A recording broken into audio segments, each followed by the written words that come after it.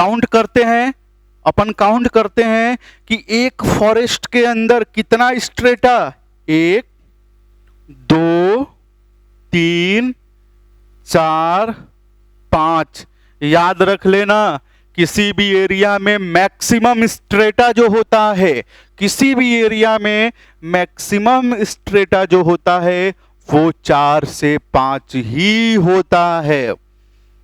और जिस एरिया में 4 से 5 स्ट्रेटा होते हैं उस एरिया की डाइवर्सिटी भी मैक्सिमम होती है, मैक्सिमम डाइवर्सिटी। और आपको पता है कि मैक्सिमम डाइवर्सिटी कहाँ की होती है? Tropical rain forest, tropical rain forest. Tropical rain forest को अपन मल्टी स्टोरीड फॉरेस्ट भी कहते हैं, मल्टी स्टोरीड फॉरेस्ट भी कहते हैं। क्यों इसको मल्टी स्टोरीड फॉरेस्ट कहते हैं? आ जाओ समझते हैं कि हर एक लेयर जब सारे लेयर को मिला दोगे तो बहुमंजिला हो जाएगा। हर एक लेयर को जब मिला दोगे तो बहुमंजिला हो जाएगा, और बहुमंजिला को इंग्लिश में मल्टी कहते हैं। इसीलिए तो ट्रॉपिकल रेन फॉरेस्ट को अपन मल्टी स्टोरीड फॉरेस्ट भी कहते हैं।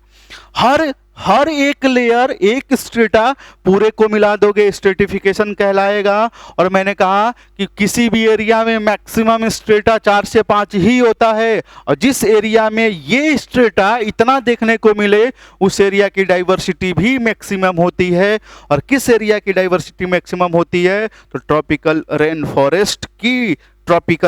फॉरेस्ट की डाइवर्सिटी मैक्सिमम होती है। और ट्रॉपिकल रेन फॉरेस्ट को अपन मल्टी स्टोरीड फॉरेस्ट भी कहते हैं। क्यों कहते हैं? क्योंकि हर एक मंजिल और सबको मिला दोगे तो बहुमंजिल, इसी को तो इंग्लिश में अपन मल्टी कहते हैं। और फॉरेस्ट की बात हो रही है तो मल्टी स्टोरीड फॉरेस्ट भी कहते हैं।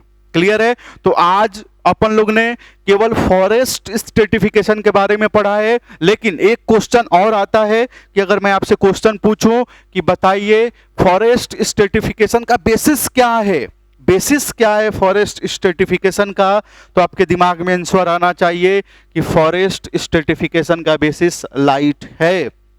अरे जिसको ज्यादा लाइट मिली वो ट्री बन गया, जिसको कम लाइट मिली वो सरफेस ड्वेलर्स बन गया। एक क्वेश्चन और, मान के चलो कि इस सरफेस ड्वेलर्स को मैं उठा के कहीं और रख दूं जहां पे लाइट ही ना मिलता, मैं इस सरफेस ड्वेलर्स को उठा के कहीं और रख दूं जहां पे बहुत अच्छा लाइट मिलता है। बताइए ये सरफेस ड्वेलर्स मर जाएगा, ग्रोथ बढ़ जाएगी कि ग्रोथ कम हो जाएगा? ये सरफेस ड्वेलर्स मर जाएगा। इसलिए मर जाएगा क्योंकि इसने कम लाइट को ही झेला है। अगर इसको अच्छे कंडीशन वाली लाइट में रख दोगे तो ये मर जाएगा।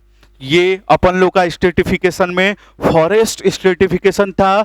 किसके बेसिस पे है? तो लाइट के बेसिस पे है। किसी भी एरिया में मैक्सिमम स्ट्रेटा 4 से 5 होते हैं, और जिस एरिया में मैक्सिमम स्ट्रेटा 4 से 5 उस एरिया की डाइवर्सिटी मैक्सिमम।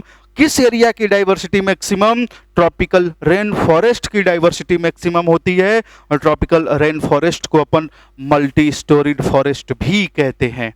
तो ये अपन लोग का फॉरेस्ट स्ट्रेटिफिकेशन था। फॉरेस्ट स्ट्रेटिफिकेशन अगली क्लास में अपन माउंटेन स्ट्रेटिफिकेशन के बारे में समझेंगे, उसके अगली क्लास में अपन लेक स्ट्रेटिफिकेशन के बारे में समझेंगे। ये एनसीईआरटी के पेज नंबर 242 पे दे रखा है, आप उसे एक बार पढ़ के आना। फिर जब मैं माउंटेन पढ़ाऊंगा और जब मैं आपको लेक पढ़ाऊंगा तो पूरा एनसीईआरटी की लाइन क्लियर हो जाएगी। तो ये छोटा सा पॉइंट था स्ट्रेटिफिकेशन में पहला, जिसको अपन फॉरेस्ट स्ट्रेटिफिकेशन कहते हैं। अगली क्लास में माउंटेन पढ़ेंगे। क्लियर है?